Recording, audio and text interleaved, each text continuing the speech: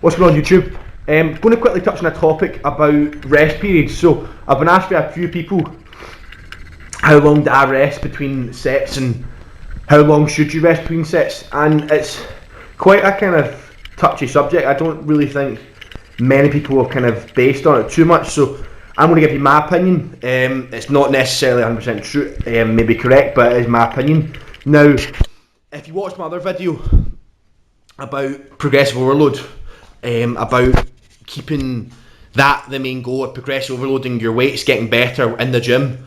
If you've not watched it, I'll put the link in the description so you can quickly watch it first. And about how everyone should be an athlete because an athlete strives to get better. So anyone in the gym who strives to get better should be an athlete, in my opinion. So that's why I'm touching on this now. In my opinion, there shouldn't be a right or wrong rest time. So for example, last Saturday when I was doing my 10 sets of 3 with 205 kilos, I had no set rest time.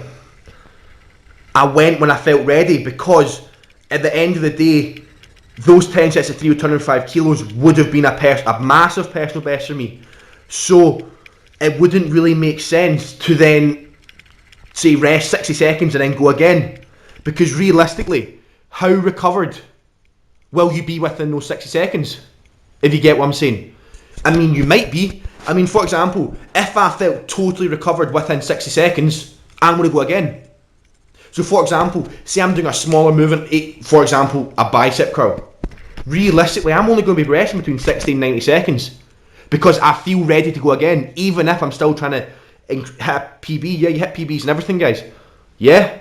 So whereas if I'm on a deadlift, for example, it might take, and I'm doing say 5 sets of 3 with 500 pounds, 227.5 kilos, I'm going to rest as long as I want. Because at the end of the day, I am trying to hit a personal best, I am trying to progressively overload my weights, I'm trying to get better at deadlifts. So if I then only wait 60 seconds, I might still be in a very fatigued state, therefore I won't be able to perform as well, my form will be sloppier, and I just won't be as strong. So then what would be the point in that? None. So to wrap this up in simple terms, I personally think there should be no such thing as just what is the best time to rest. You rest as long as you feel ready. Now, realistically, as I said, if you're doing a bicep curl, you're not going to need anywhere near as much rest if you're hitting a massive deadlift or a massive squat. So that's my viewpoint. You rest as long as you want.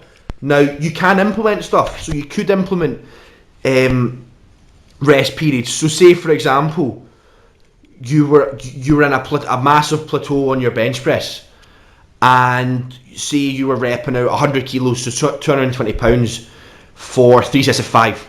Well, you could then say, right, I'm going to do 3 sets of 5 and only have 90-second rest periods. So that is a PB because you've done that quicker than last time. And then the next time you go in the gym, you could say, right, I'm going to do the same again, but 75 seconds. And then the next time you go in, 60 seconds. So that's a smart way to progressively overload, because although you're not increasing the weight or increasing the reps or sets, you're decreasing your rest period. So that would be a personal best. So you would get better. See where I'm coming from? But that's the only time I would ever implement a set rest time. I personally just believe as long as you want, because you're an athlete, you want to go in as best form as possible. So I hope this helps anyone. Any other questions, guys? Remember, hit me up on my email or send me a private message in my inbox, or even leave a question description. Stay tuned, guys.